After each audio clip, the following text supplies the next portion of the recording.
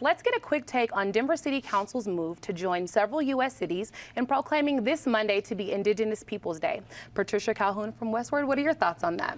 Well, of course, Denver got rid basically of celebrating Columbus Day, switched with Cesar Chavez Day. So we didn't get free parking meters. So really, what's to celebrate if you don't have free parking meters? It was a little odd that they waited until that day's city council meeting, which meant we basically could celebrate Indigenous Peoples Day for about 6 hours before it was over. But it was certainly a lot more smooth than it was in Albuquerque and some other cities where they were really trying to replace Columbus Day with Indigenous Peoples Day. We didn't really have anything needed replacing. It was pretty calm.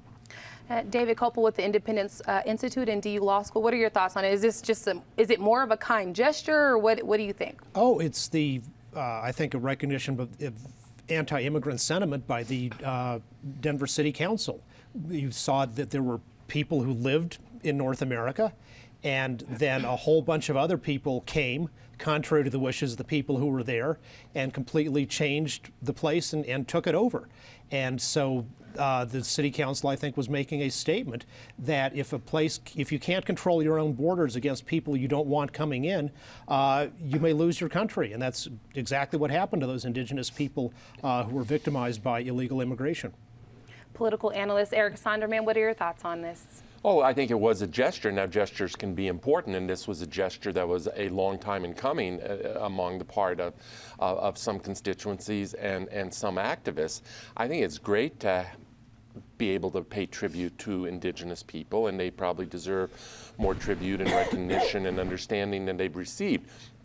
At the same time, I don't know that you have to cashier Christopher Columbus or cashier the founders of this country. I think there is a core problem with trying to hold historical figures from centuries and centuries ago to contemporary ethical and moral standards. It just does not work in my mind. The Democratic Party these days is trying to, trade out Jefferson and Jackson for, reasons of slavery and in Jackson's case, other reasons as well. Again, you have to evaluate historical people, to my thinking, in the context that they lived in as opposed to in the current context. That said, I don't have any problem with Indigenous People Day. Is what it replaced. Now with the rage, I guess, with everything coming out with people wanting to get rid of mascots and things like that, that kind of makes me think about that topic. Ben Gelt, public affairs consultant, what do you think? Well, it is certainly a gesture and a long overdue one. Talking about the historical context that people lived in, I think is a little bit trite, frankly.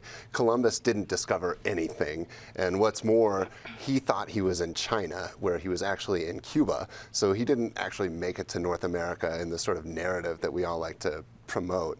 And I think it's far past time to move on from this holiday. It's an ode to imperialism and racism, and it's just dated. So good, let's recognize who was actually here first, and let's do more important things.